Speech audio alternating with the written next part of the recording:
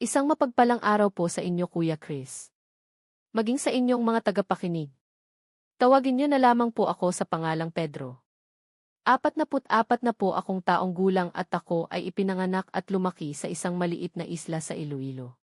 Simula pagkabata ay nakasanayan ko na ang buhay sa dagat, ang amoy ng alat na dumidikit sa balat, ang hampas ng alon sa bangkang kahoy at ang malamlam na mga ilaw ng lampara tuwing madaling araw kapag nagsisimula ang pangingisda.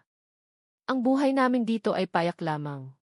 Ngunit hindi kailanman naging madali, ang dagat ay parang ina at ama para sa amin. Nagbibigay ng biyaya ngunit maaari ring pumatay kung hindi ka mag-ingat. Sa bawat araw na lumilipas, hindi lamang ang malalaking isda ang kinakaharap ko, kundi pati ang mga kwentong bumabalot sa aming isla. Mga alamat ng mga nilalang na hindi mo inaakalang totoo, ngunit parang laging nakabantay sa dilim. Ang mga matatanda rito'y palaging nagbababala tungkol sa mga aswang na gumagala sa gabi. Mga nilalang na anyong tao sa umaga, ngunit nagiging halimaw pagsapit ng dilim. Bilang isang mangingisda, sanay na ako sa kwentong iyon. Ngunit gaya ng lahat ng bata nung una, tinatawanan ko lamang ang mga ganitong kasabihan. Habang ako'y lumalaki, mas napagtanto ko na hindi lahat ng kwento ay katang-isip. Marami na akong nasaksihang kakaibang pangyayari sa isla. Mga hayop na bigla na lamang nawawala. Mga buntis na ina na kinapanganakan ng sanggol na hindi humihinga at mga tunog ng gabi na hindi mo alam kung saan nanggagaling. Sa kabila nito, hindi pa ako nakaranas ng direktang pagtatagpo sa mga sinasabing nilalang na yon. Hanggang sa isang gabi na nagbago ang lahat. Ang aming isla ay nakahiwalay sa malalaking bayan ng Iloilo. Kailangan pang sumakay ng bangka upang makarating sa kabihasnan. Dahil dito, madalas ay kami-kami lang ang magkakasama at bawat isa'y kilala ang bawat pamilya. Ngunit sa kabila ng pagiging maliit na lugar, may mga panahong parang maestrangerong presensya na gumagala. Tuwing gabi, kapag ang buwan ay bilog at ang hangin ay malamig, para bang may mga matang nakatingin mula sa kakahuyan o kaya sa gilid ng dagat. Nung gabing iyon, napilitan akong lumusong sa dagat ng mag-isa. Ang aking mga kasamahan ay hindi nakasama dahil may kanya-kanyang dahilan at kailangan kong magdala ng huli para sa aking pamilya. Sanay naman akong mag-isa, ngunit iba ang pakiramdam ng mga gabing yon. Tahimik ang paligid at tanging hampas ng alon at ihip ng hangin ang maririnig. Habang ako'y nagsisimula sa pangingisda, napansin ko ang kakaibang liwanag sa di kalayuan. Tila kumikislap sa ibabaw ng tubig. Sa una inisip kong iyon ay apoy mula sa ibang mangingisda. Ngunit nang masdan ko ng maigi, wala akong nakikitang bangka. Habang ako'y naglalayag, mas lalo kong nadama ang bigat ng gabi. Ang mga bituin ay natatakpan ng makapal na ulap at ang buwan ay tila nagkukubli. Ang dagat ay tahimik. Ngunit sa ilalim ng katahimikang iyon, ramdam kong may kakaibang nagmamasid. Nagsimulang kumabog ang dibdib ko, hindi dahil sa takot kundi dahil sa kakaibang presensya na parang unti-unting lumalapit. Sa gitna ng aking paglalayag, may narinig akong kakaibang tunog mula sa itaas. Isang malakas na pagaspas ng pakpak na parang galing sa isang malaking ibon. Ngunit mas mabigat at mas mabangis ang tunog. Agad akong napatingala at sa isang iglap ay nakita ko ang anino ng isang nilalang na mabilis na dumaan sa ibabaw ng aking ulo. Hindi ko ito gaanong naaninag ngunit sapat na ang itsura nito upang magdala ng kilabot. Ang pakpak ay mahaba at parang balat na manipis at ang katawan ay payat na tila sa tao, ngunit kakaiba ang galaw. Sinubukan kong ipagtibay balikat ang nakita ko. Iniisip ko na baka guni-guni lamang iyon dala ng antok at pagod. Ngunit nang bumalik ang anino, mas malinaw na itong nagpakita sa akin. Doon ko napagtanto na hindi ito ordinaryong ibon o hayop. Ang anyo ay higit na kahindik-hindik. Mata na kumikislap, katawan na waring nakasabit sa ere, at pakpak na halos tumatakip sa buwan. Nagsimulang gumapang ang malamig na takot sa aking katawan. Naalala ko ang mga kwento ng matatanda tungkol sa mga aswang na gumagala sa gabi upang maghanap ng biktima. Sinasabing sa mga isla na gaya ng sa amin, madalas silang magparamdam sa mga nag-iisa, sa mga walang kalaban-laban at ako'y eksaktong nasa ganong kalagayan. Nag-iisa sa gitna ng dagat. Wala ni isang kasama. Pinilit kong ituon ang sarili sa aking lambat.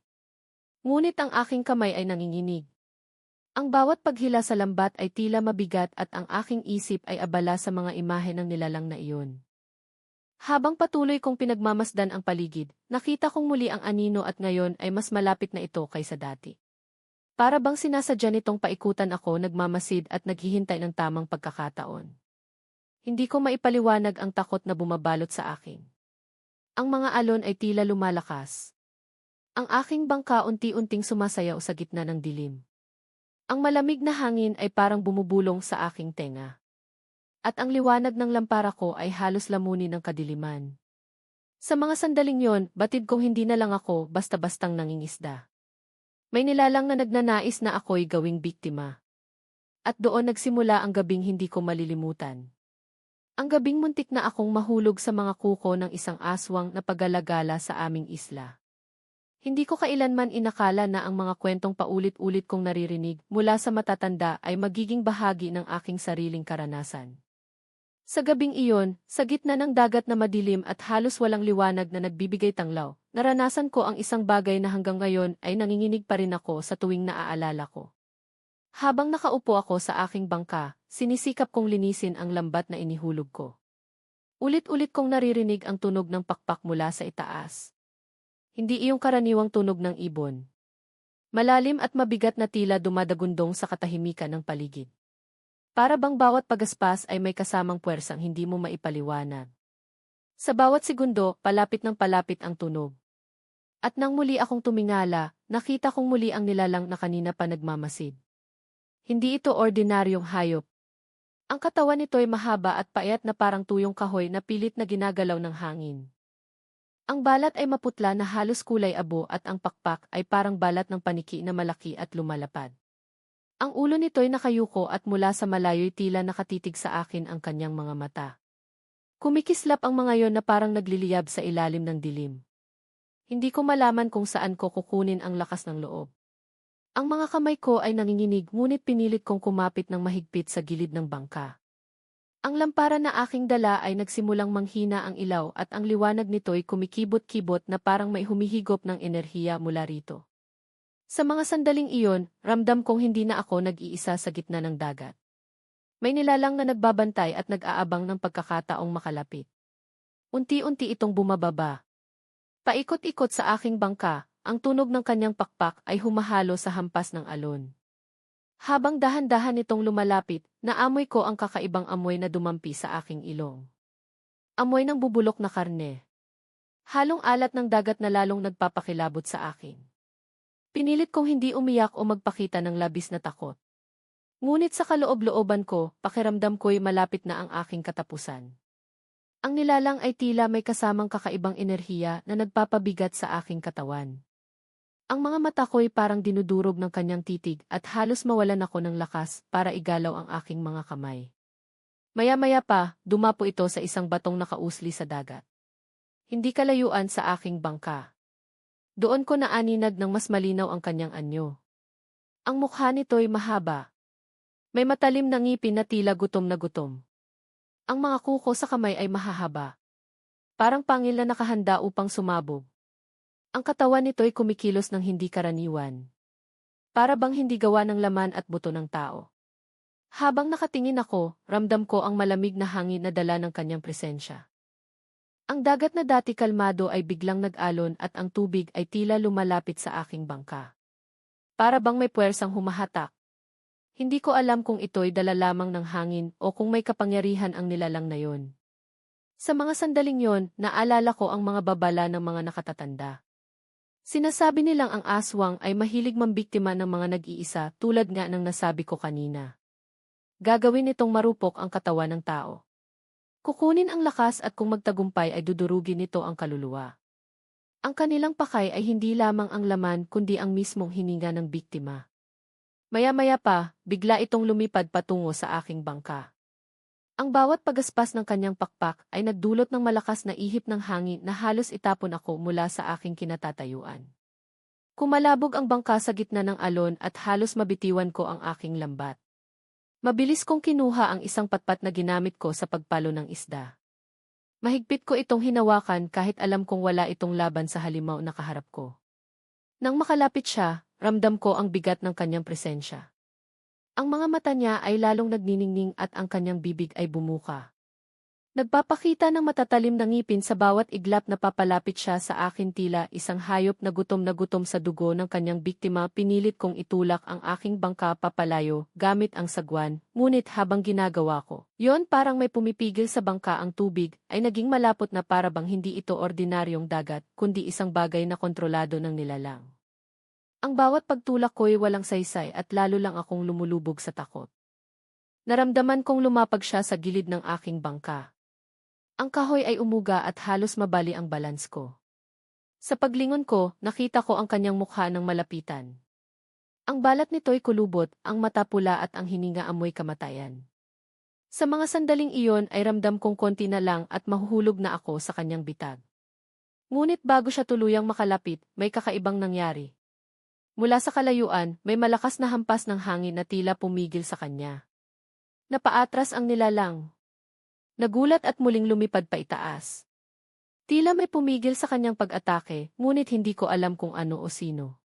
Habang siya'y nagliliyab sa kalangitan, paikot-ikot, batid kong hindi pa tapos ang lahat. Pinagmamasdan niya ako at alam kong naghihintay siya ng tamang sandali upang muling sumalakay. At sa mga oras na yon, napagtanto kong ako'y nakapasok sa isang laban na hindi ko inakala. Isang laban sa pagitan ng tao at ng nilalang na matagal ang gumagala sa aming isla. Sa gabing iyon sa gitna ng dagat, batid kong hindi pa tapos ang nilalang na muntik nang sumalakay sa akin. Nang siya'y umatras at muling pumailang lang sa itaas, ramdam kong iyon ay pansamantala lamang. Ang kanyang mga mata ay kumikislap sa dilim ay hindi nawala sa aking paningin. Tila nagsusukat at naghihintay ng pagkakataon upang muling umatake. Ang bangka ko ay patuloy na gumagalaw sa hampas ng alon. At ang lampara na nag-iisa kong tanglaw ay halos maubos na ang langis.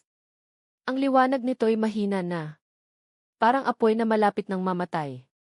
Ang paligid ay nilamon ng dilim at sa dilim na yon ramdam kong mas nagiging matapang ang halimaw na nag-aabang. Hindi ko alam kung saan ko kinukuha ang lakas ng loob. Ngunit pinilit kong kumapit sa aking sagwan. Sinikap kong maglayag papalapit sa pampang. Ngunit ang bawat paghampas ng aking sagwan ay tila walang patutunguhan. Para bang hindi gumagalaw ang aking bangka? Para bang may humahawak dito mula sa ilalim? Ang dagat ay nagmistulang isang bitag at ako'y nakakulong sa kanyang mga kamay. Sa kabila ng lahat, pinilit kong ituon ang aking sarili. Ngunit sa isang iglap, narinig kong muli ang nakapangingilabot na tunog ng pakpak. Mas malakas na ngayon, mas mabilis at mas mabigat. At nang tumingala ako, nakita kong muling bumababa ang nilalang patungo sa akin. Ang kanyang katawan ay nakahilig. Ang pakpak ay nakabuka ng malaki at ang mga kuko'y nakahanda para dumaklot. Habang siya'y lumalapit, dama ko ang kakaibang bigat ng hangin. Ang bawat hininga ko'y parang hinahatak mula sa akin. At ang aking katawan ay nanginginig hindi lamang sa takot kundi sa malamig na presensyang bumabalot sa aking paligid. Ang kanyang mukha ay lalong lumilinaw.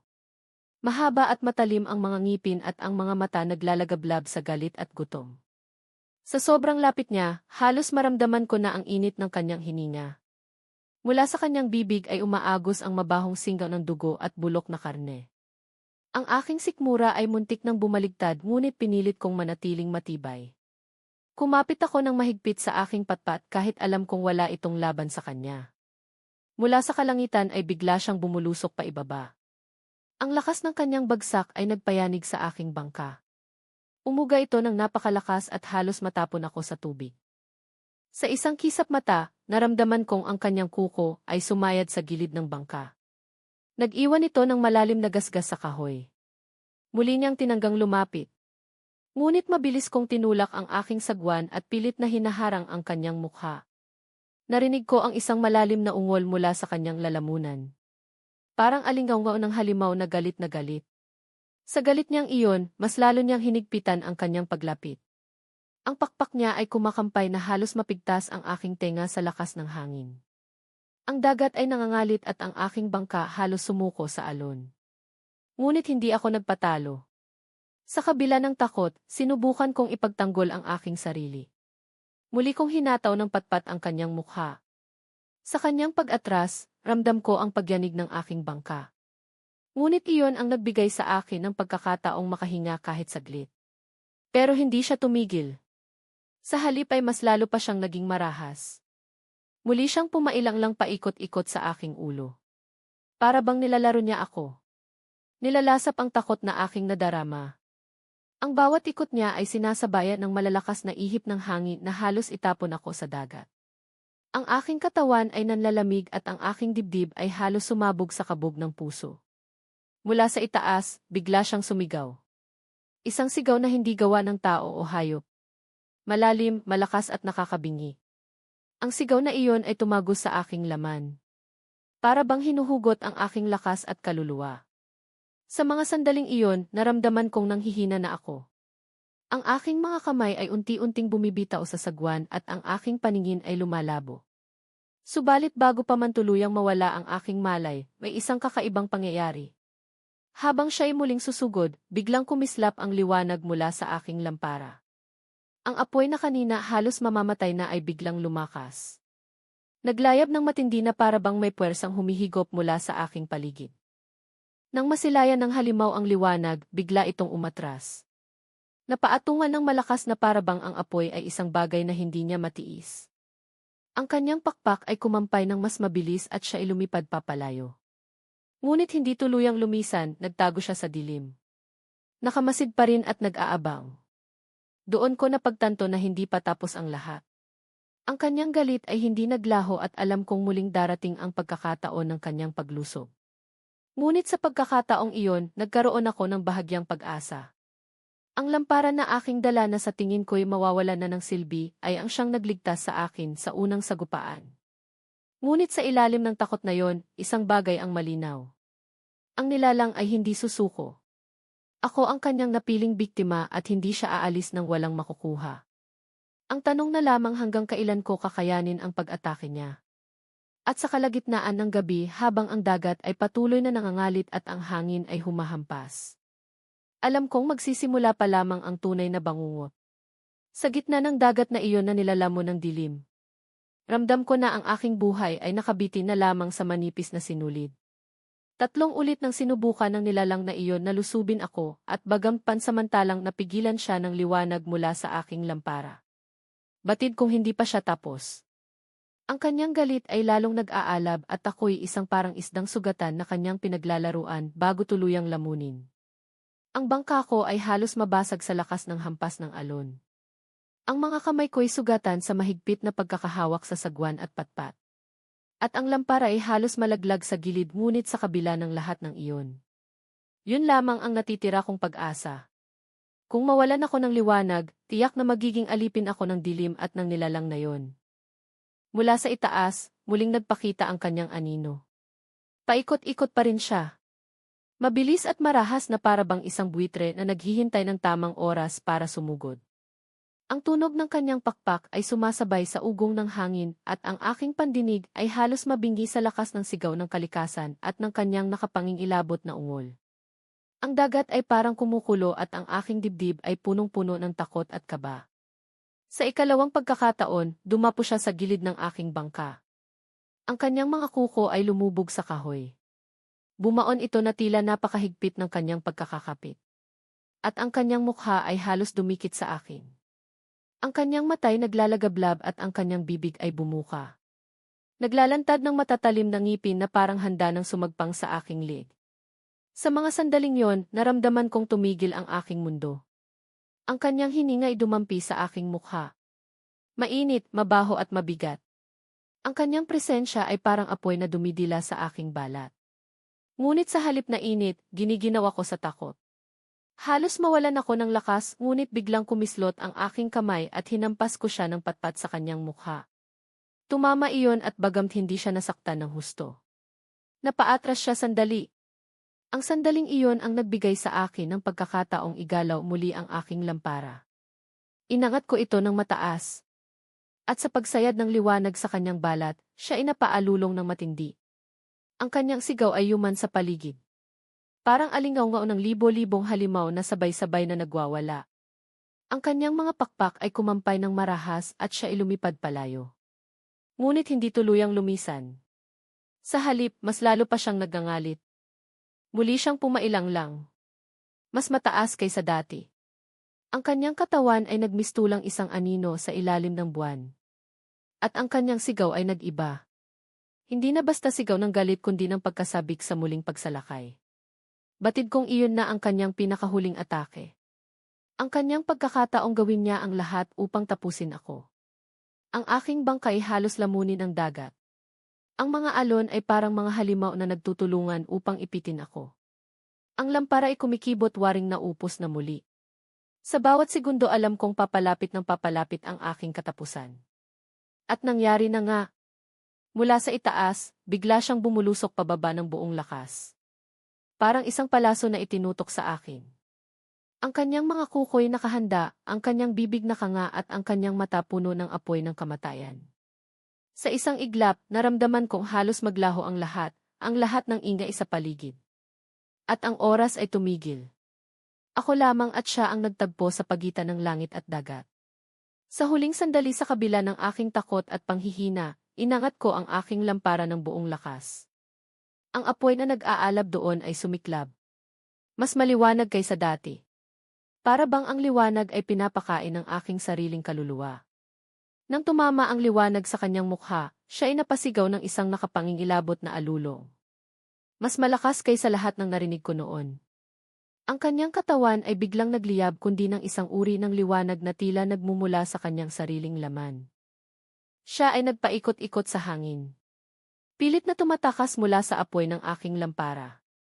Ang kanyang mga pakpak ay kumampay ng marahas at ang kanyang katawan ay bumagsak sa tubig.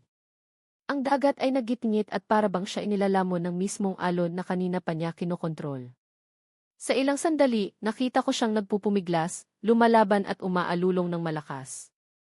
Ngunit sa bawat saglit, unti-unti siyang nilalamon ng dagat hanggang ang kanyang anino ay tuluyang naglaho at ang lahat ng kanyang sigaw ay nalunod sa alon. Naiwan akong mag-isa. Nanginginig, sugatan at halos mawalan ng malay. Ang lampara ay muling humina at sa wakas tuluyan ng naubos ang apoy. Ngunit hindi na iyon mahalaga. Ang halimaw ay naglaho na at ako'y nakaligtas.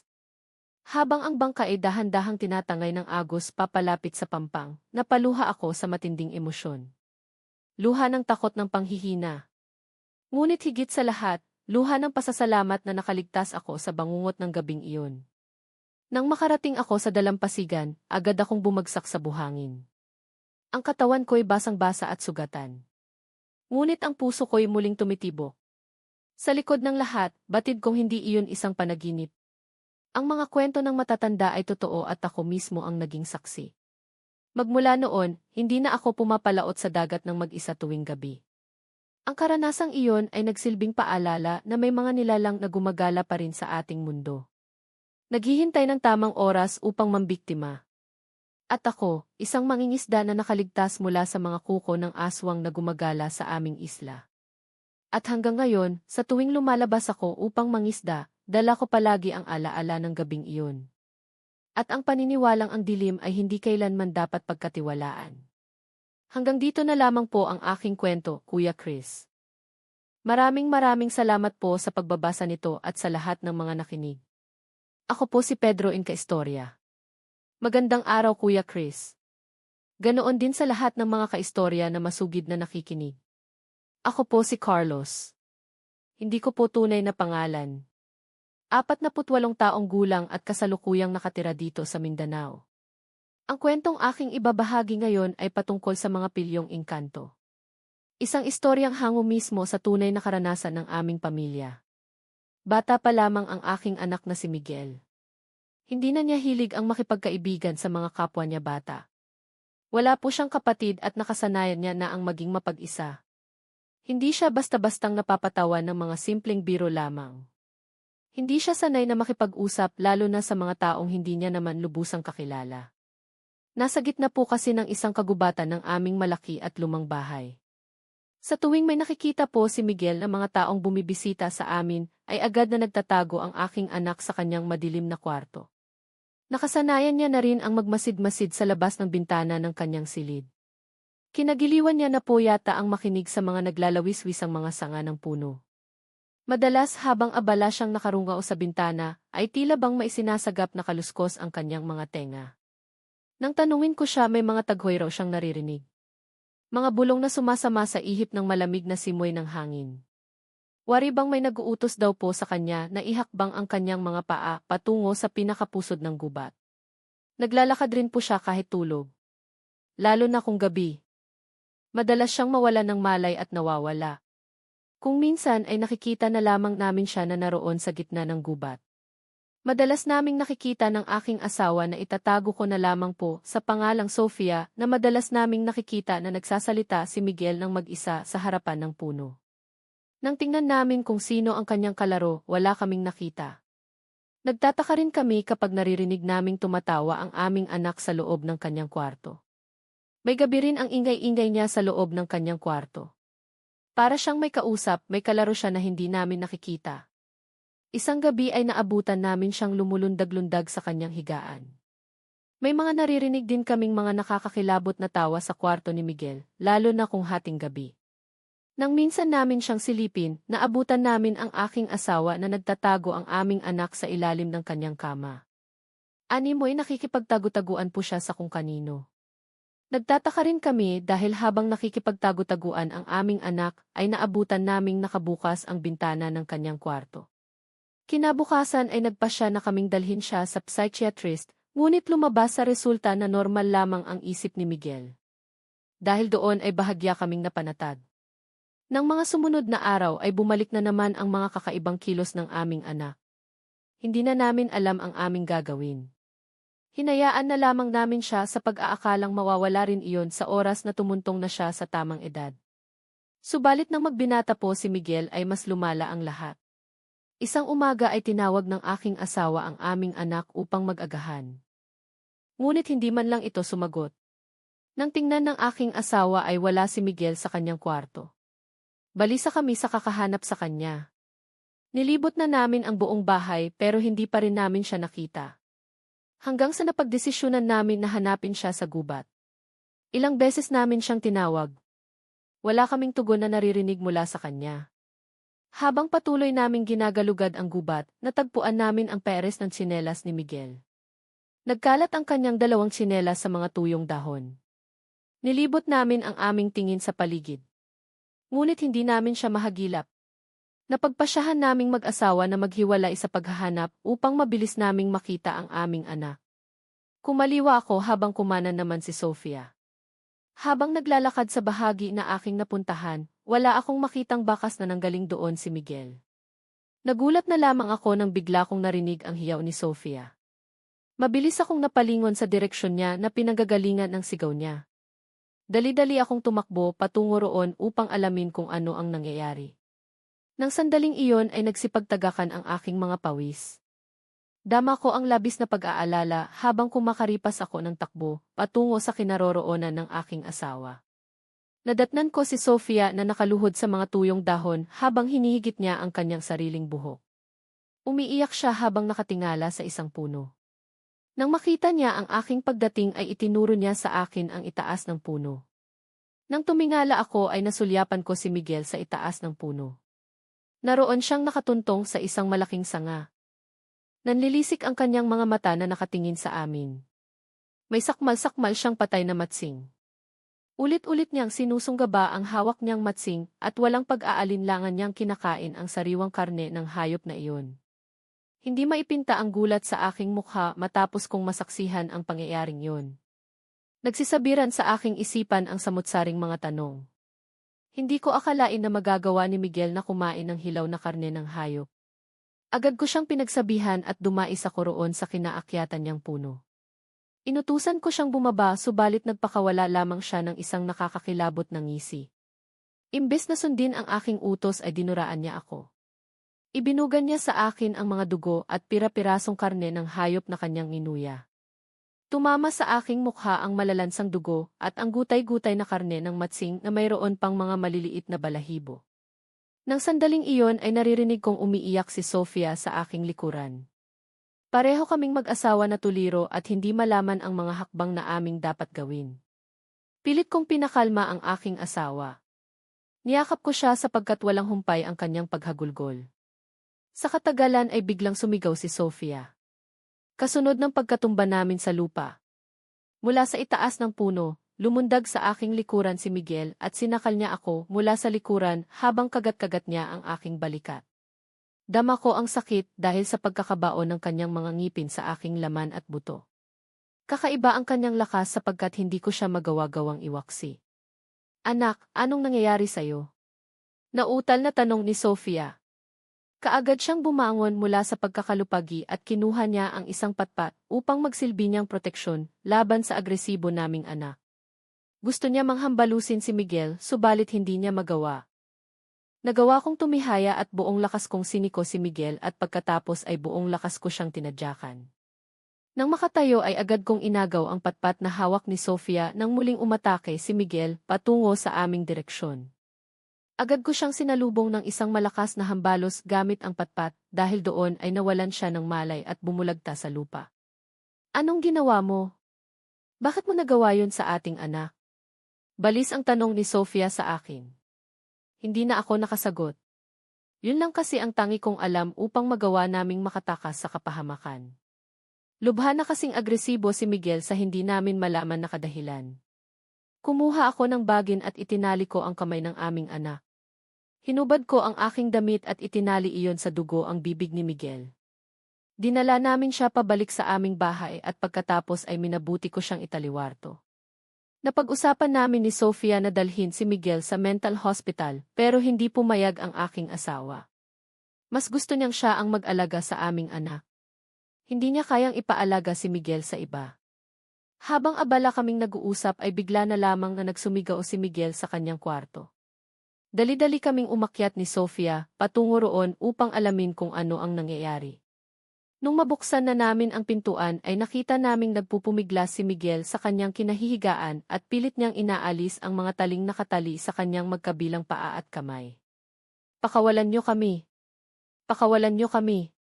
Malagong boses na saad ni Miguel. Animoy may pinagsama-samang malalamig na boses ang lumabas sa kanyang bibig.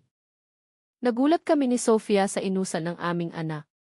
Nag-iisa lang kasi siya pero ang kanyang sinabi ay may pakahulugang mayroon siyang ibang kasama. Carlos, nasasaktan ang anak natin. Pakawalan na natin siya. Suhestyon ni Sofia. Baka sa kanyang mukha ang awa na nararamdaman niya sa aming anak. Awang-awa na rin naman ako kay Miguel, Kuya Chris. Pero natatakot ako sa kalagayan naming mag-asawa. Mas ginusto kong hindi siya pakawalan para sa kaligtasan namin ni Sofia.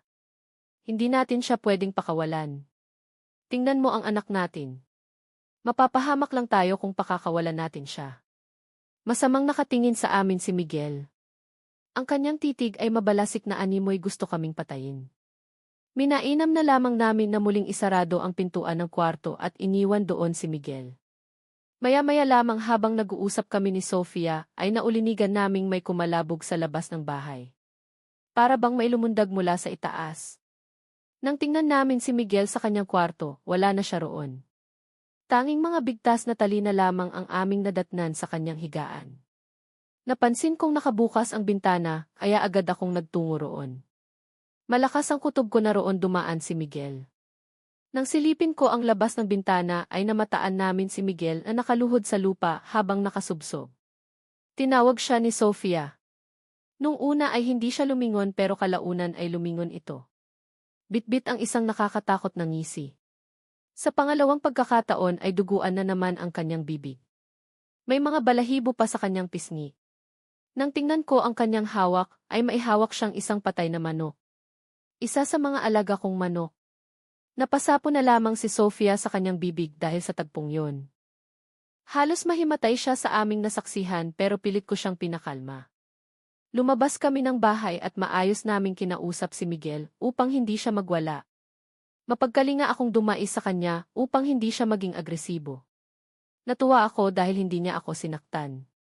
Subalit nang hinawakan ko na ang kanyang braso, muli siyang naging agresibo, ngunit hindi ako nagpatinag. Agad ko siyang nahuli at maayos na naibalik sa kanyang kwarto. Nang maitali ko na siya sa kanyang higaan ay patuloy pa rin siyang nagpupumiglas. Kakaiba ang tinig na lumalabas sa kanyang bibig. Waribang sapaw-sapaw ang kanyang boses kaya sobra ang lago. Nakakatakot ang kanyang bawat angil na pinakakawalan. Musika, tinagpian ko ng plywood ang bintana upang hindi na siya muling makatalon doon. Pilit ko siyang pinatatahimik pero hindi siya nakikinig. Hinayaan ko na lamang siyang nagsusumigaw sa loob ng kanyang kwarto. Lumabas na lamang ako upang makapagpahinga. Subalit hindi ko magawa ang makapagpahinga ng maayos sapagkat naririnig ko ang angil at sunod-sunod na sigaw ni Miguel. Hindi ko maiwasang mapaluha sapagkat pakiramdam ko ay pinaparusahan ko ang sarili kong anak. Saan ka pupunta? Tanong ko kay Sofia. May bitbit siyang mangkok ng pagkain. Balak niyang pakainin si Miguel ng lutong pagkain dahil palaging hilaw na karne ang nakikita naming kinakain ito. Binalaan ko si Sofia na huwag nang pumunta sa kwarto ng aming anak, ngunit hindi siya nagpaawat. Wala na rin akong nagawa kundi ang hayaan siya sa gusto niyang gawin. Nagulat na lamang ako dahil biglang tumahimik si Miguel nang makapasok na si Sofia sa kwarto. Kinabahan ako dahil baka kung napaano na si Sofia sa loob kaya umakyat ako sa kwarto upang tignan ang nangyari. Naratnan ko roon na pinakawalan ni Sofia ang aming anak. Pinapakain niya ito ng kanina ipagkaing dala niya. Natuwa ako habang pinagmamasdan ko ang aking mag-ina. Buong akala ko ay hindi namin magagawang paamuhin si Miguel. Pero nagawa iyon ni Sofia. Nagawa niyang pakalmahin ang aming anak. Isang gabi ay kinantahan niya si Miguel ng pampatulog kahit binata na ang aming anak. Haplos-haplos ni Sofia ang ulo ng aming anak habang mahimbing ito na natutulog. Lubos kong hinangaan ang aking asawa sa kanyang ginawa. Simula noon ay hindi na naging agresibo si Miguel. Pakiramdam namin ay bumalik na sa maayos ang pag-iisip ng aming anak dahil doon ay hindi na namin siya ikinulong sa kanyang kwarto. Dahil sa pag-aalaga kay Miguel ay halos maubos na ang aming ipon na pera. Ilang linggo na po kasi akong hindi nagtrabaho para lamang mabantayan ang aming anak. Sa pangamba na baka maubusan ang pera, nagpasya kami ni Sofia na bumalik sa aming pinagtatrabahuhan sa bayan. Nagkasundo kaming dalawa na kumuha na lamang ng magiging kasambahay. Kampante kaming kumuha ng kasambahay sapagkat maayos naman ang kalagayan ni Miguel. Batid naming hindi na ito gagawa ng anumang kakaibang kilos. Habang nagdidilig si Miguel ng halaman, sabay naming pinagmasdan ni Sofia ang aming anak dahil nakita naming nautusan na siya at mukhang hindi na siya nasisiraan ng bait. Inakala naming hindi na niya gagawin ang mga gawaing hindi ginagawa ng mga normal na tao. Upang makasiguro na maayos na mababantayan ang aming anak, pinili kong ang pamangkin ko na lamang na si Maria ang magbantay kay Miguel. Nang dumating si Maria sa aming bahay ay galak na galak siya. Tuwang-tuwa siya dahil noon niya lang ulit nakita ang kanyang pinsan. Ngunit mababaka sa mukha ni Miguel na hindi siya natutuwa kay Maria. Gayunpaman ay hindi ko iyon masyadong pinagtuunan ng pansin dahil baka ay naninibago lamang si Miguel. Hindi kasi siya sanay sa ibang tao. Masaya naming iniwan ni Sofia ang dalawa. Buong araw kaming kumayod ng kumayod upang magkaroon ng pera. Nang hapon na sabik kaming umuwi bitbit ang mga pasalubong na paboritong kainin ng aming anak. Nang makauwi ay naratnan naming nakabukas ang pinto at bintana ng aming bahay. Sa loob ay mga nakatiwang nakagamitan ang aming naabutan. Nagkalat ang mga gamit ngunit wala roon sina Miguel at Maria. Dahil doon ay nagkatitigan kami ni Sofia at parehong nagsimulang kabahan. Muli ay humantong na naman sa punto ng hanapan. Hindi namin matagpuan sa loob ng bahay ang dalawa.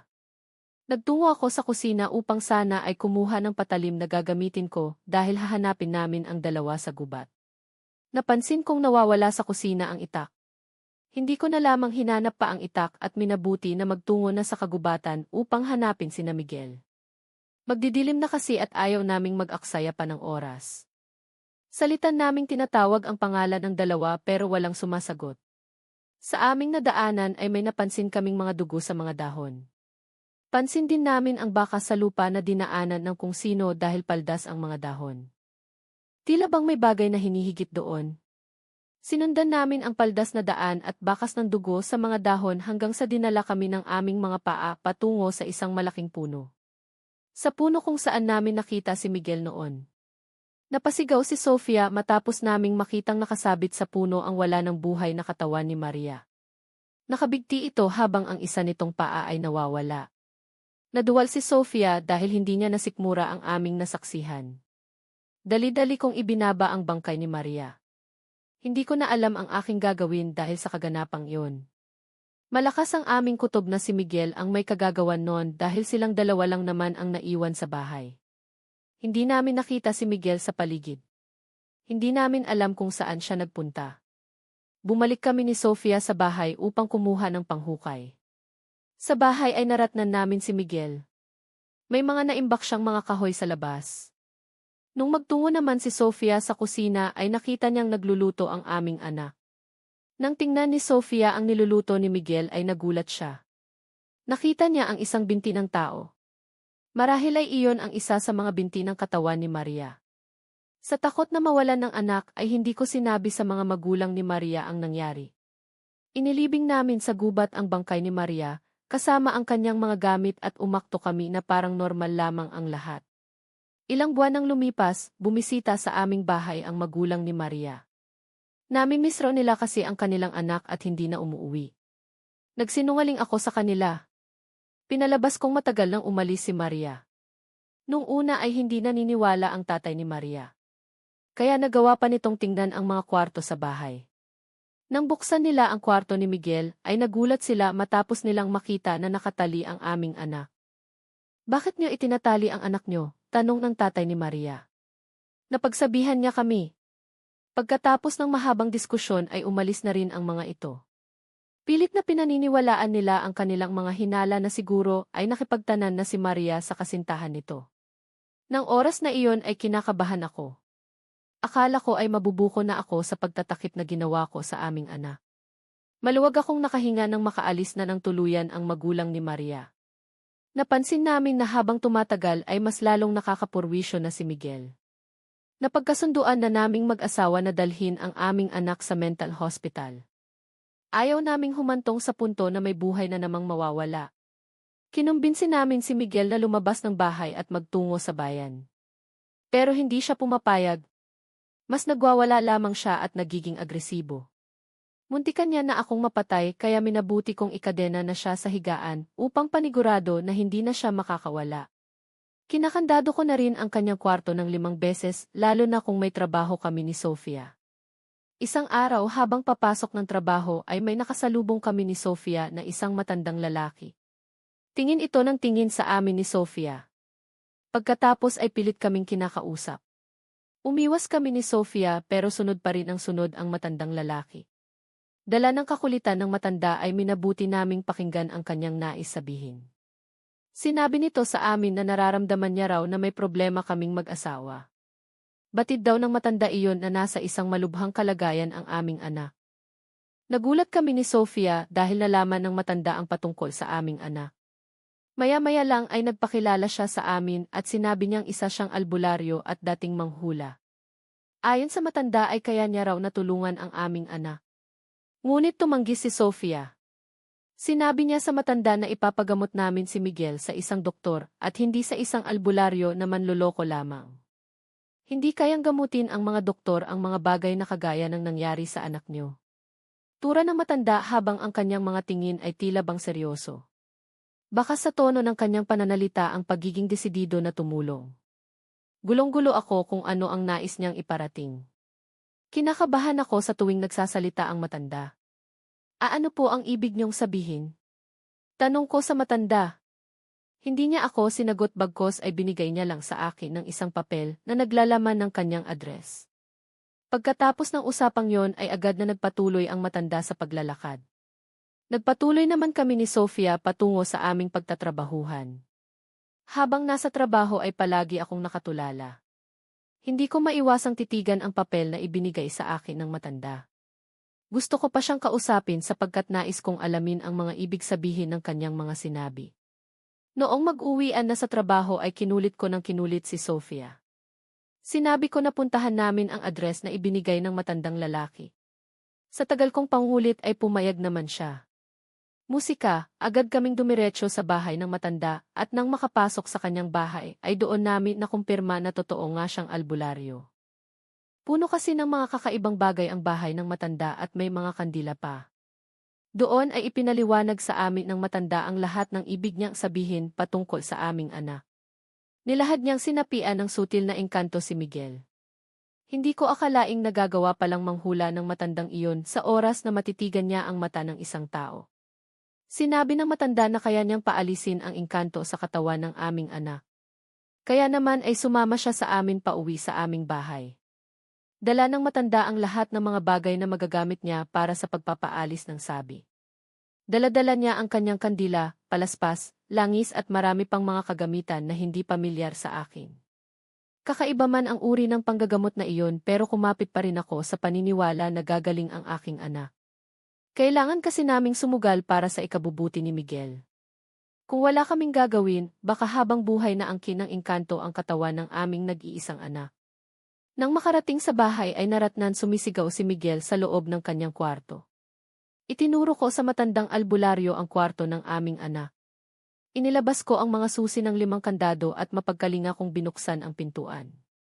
Pagkabukas ng pintuan, nakita naming nakalutang si Miguel sa ere, habang nakakadena ang kanyang mga kamay at paa. Tuguan na ang kanyang paa at kamay dahil sa walang humpay niyang pagpupumiglas. Ayon sa albularyo ay sobrang bigat daw ng enerhiya sa loob ng kwarto ni Miguel. Ilabang hindi lang daw iisang elemento ang naroon sa loob. Sinimulan ng matanda ang pagbabasbas ng langis sa katawan ni Miguel, dahil doon ay marahang bumaba mula sa pagkalutang ang katawan ng aming anak. Nagsindi ng mga kandila ang albularyo sa palibot ng kamang kinatatalian ni Miguel. Muling umangil si Miguel at humiw. Muli siyang nagpakawala ng boses na sapaw-sapaw. Nanindig ang aking balahibo habang tinitingnan ko ang aking anak. Halos madurog ang aking dibdib sa tuwing pinagmamasdan kong nagkakaganoon ang aming anak. Musika, tama nga ang sinabi ko. Hindi lamang iisang engkanto ang sumapi sa katawan ng anak niyo. 3 mga pilyong engkanto ang sumanib sa anak niyo. Inuutusan nilang kumain ng hilaw na karne ang inyong anak. Inuutusan nilang pumatay ang kanilang sinapian. Saad ng albularyo. Habang tumatagal ay mas lalong nagiging agresibo si Miguel. Kalaunan ay biglang nakawala siya at tumalon sa nakasaradong bintana. Sa sobrang lakas ni Miguel ay nawasak ang bintana. Tumakbo si Miguel patungo sa kagubatan. Dahil doon ay sinundan namin si Miguel. Dala-dala ng albularyo ang isang krus na may ritual. Sa gitna ng gubat ay lumakas ang ihip ng hangin. Tila bang may buhawi na nabuo sa palibot ng aming kinatatayuan. Nagliparan ng mga tuyong dahon sa paligid at ang mga sanga at dahon ng puno ay nagsayawan. Sumuko na kayo. Ibalik na ninyo ang katawan na hindi ninyo pag-aari. Singhal ng albularyo habang paikot niyang itinaas ang kanyang palad at hawak na krus. May sinasabi siyang dasal na hindi namin maintindihan. Hinayaan na lamang namin siya sa bagay na ginagawa niya. Dahil sa ginawa ng albularyo ay biglang huminto ang malakas na hangin sa paligid. Nanlilisik ang mga mata na lumabas si Miguel mula sa likod ng malaking puno. Harapan silang nagkatitigan ng albularyo.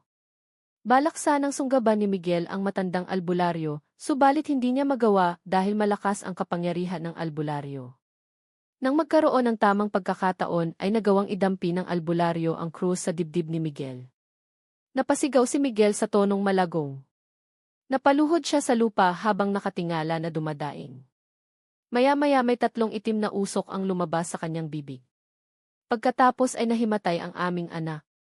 Ang 3 usok na lumabas sa kanyang katawan ay nagpaikot-ikot sa paligid. Bago tuluyang pumasok sa isang malaking puno. Dinala namin pabalik sa bahay ang nanghihinang si Miguel. Doon siya binigyan ng albularyo ng isang lunas na pampasigla. Sinabi ng albularyo na noon pa'y kinakaibigan ng mga engkanto si Miguel. Bata pa lamang daw ang aming anak ay kinaibigan na siya ng mga engkanto upang magawa nilang pasukin ang katawan nito. Paborito raw kasing sapian ng mga engkanto ang katawan ng mga taong mapag-isa. Binigyan ng albularyo ng isang anting-anting si Miguel. Maging kami ni Sofia ay binigyan niya rin ang pangontra sa mga engkanto. Ang palibot ng aming bahay ay niritwalan ng albularyo upang hindi na ito mapasok ng masasamang elemento. Binalaan din kami na huwag nang gambalain ang malaking puno na tinitirahan ng mga engkanto upang makaiwas sa gulo. Muli ay ako po si Carlos at dito ko na lamang po tatapusin ang aking kwento, Kuya Chris. Nawa po'y maitampok ninyo ang istoryang ito sa inyong programa upang magsilbing babala sa iba na ang paligid ay puno ng misteryo at kababalaghan. Kaya maging maingat tayo dahil marami ang nakikisalong nilalang sa silong ng nag-iisang kalangitan.